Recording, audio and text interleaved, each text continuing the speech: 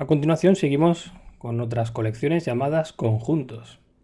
Vamos a trabajar con ellas.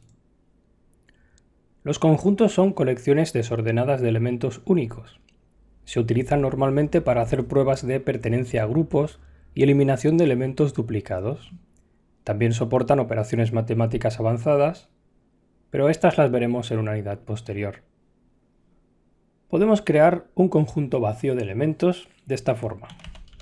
Conjunto igual y llamando a la función set, entre paréntesis sin pasarle nada, aquí tenemos un conjunto, pero está vacío. Podemos crear un conjunto directamente con varios elementos también, si los escribimos entre unas llaves, por ejemplo 1, 2 y 3. Si lo mostramos, aquí tenemos un conjunto. Se dice que los conjuntos son desordenados porque a medida que añadimos elementos a un conjunto, este orden no se conserva como si ocurre con las listas. Vamos a utilizar algunos de sus métodos para añadir elementos y comprobar lo que os estoy contando. El método más utilizado de un conjunto es el método add, de añadir. Por ejemplo, voy a añadir el número 4 a este conjunto. Si ahora mostramos, pues se me ha añadido al final. Pero, ¿qué ocurrirá si en lugar de añadir un número, pues 4, o 5 o 6, añado un número 0? Teóricamente se debería añadir al final, ¿no? Pues fijaros.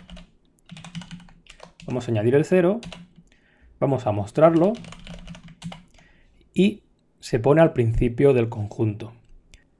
Si en lugar de añadir un número, añado una letra o un texto, por ejemplo, voy a añadir una letra A, o mejor dicho, una que no sea la primera, por ejemplo una H, a ver cómo me la posiciona dentro del conjunto, pues parece ser que primero pone todos los números y luego empezarían las letras. Si ahora añado la letra A, y por ejemplo también añado la letra Z, que es la última, ¿no? ¿Cómo quedará este conjunto por orden? Pues fijaros, A, Z, H. Vamos, que la ha ordenado, pero realmente sin cumplir un orden preestablecido. Él internamente está gestionándolo. Por eso decimos que los conjuntos son unas colecciones desordenadas. Como os comentaba, los conjuntos son muy útiles para comprobar pertenencia a grupos, con sintaxis directa. Por ejemplo, imaginad que tenemos un grupo de personas. Un grupo con varios nombres de personas. Por ejemplo, estoy yo. También podría estar alguien que se llamara Juan. Y otra persona que se llamará Mario. Para saber si una persona está dentro del grupo, simplemente podemos hacer lo siguiente. Escribir el nombre de la persona, poner la palabra en y el grupo. Y esto devuelve true porque Héctor se encuentra dentro del grupo. En cambio, si le dijera, por ejemplo, un nombre como María en grupo, pues nos diría false porque no se encuentra dentro del grupo. También podemos comprobar lo contrario. Si Héctor no se encuentra en el grupo, pero entonces tendríamos que hacerlo así. Not in grupo, pasándole el not delante del in para que quede Héctor no en grupo, como una pregunta, y él diría que es falso, porque es mentira que no esté en el grupo, porque sí que está. Aunque la característica más interesante de un conjunto es que no puede haber dos elementos duplicados en él.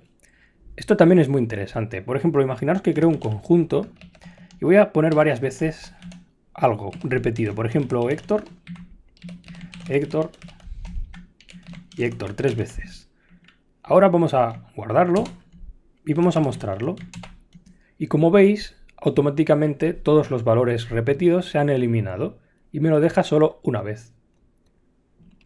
Esta propiedad la podemos explotar transformando otras colecciones a conjuntos de manera que se eliminarán los elementos duplicados. Por ejemplo, si en lugar de un conjunto directamente tuviéramos una lista con varios elementos, Por ejemplo, 1, 2, 3, 3, 2, 1. Cada número está repetido 2 veces. Podemos mostrarla. Ahí lo tenemos. Pero si hacemos un cast, si transformamos esta lista a un conjunto, vamos a guardarla en la C, vamos a hacer un set transformando la lista, pasándole la lista como conjunto. Si mostramos el conjunto, lo que tenemos es que se han eliminado esos valores que están repetidos. Y ahora podemos volver a transformar este conjunto a una lista para poder seguir operando de una forma normal.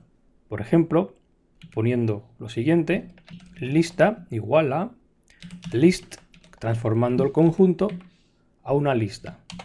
A ese está bien. Entonces mostramos la lista y ya tenemos hecha la conversión directa. Pero lo podemos hacer en solo una línea, toda la conversión. Por ejemplo, imaginar que queremos guardar en L una lista donde tenemos pues, lo que teníamos antes, 3, 2, 1, y queremos transformarla directamente, quitarle esos elementos repetidos a la lista. Pues podemos asignarle de nuevo la lista, convirtiendo a un set la propia lista. Entonces estamos convirtiendo la lista a un conjunto y el conjunto de nuevo a una lista, que es todo lo que hemos hecho antes, pero en una línea. Y si la mostramos, pues tenemos lo mismo. Este concepto también funciona con cadenas de caracteres. Por ejemplo, una cadena la voy a guardar en S. Voy a poner, por ejemplo, al pan, pan y al vino, vino, que tiene muchas letras iguales. Y haciendo un conjunto de esta cadena de caracteres, lo que nos quedaría es una lista, un conjunto de letras, pero donde no se repetiría ninguna. Claro que las mayúsculas y las minúsculas se distinguen porque son letras distintas, ¿no? Pero tendríamos un conjunto con todos los elementos sin repetirse ninguno.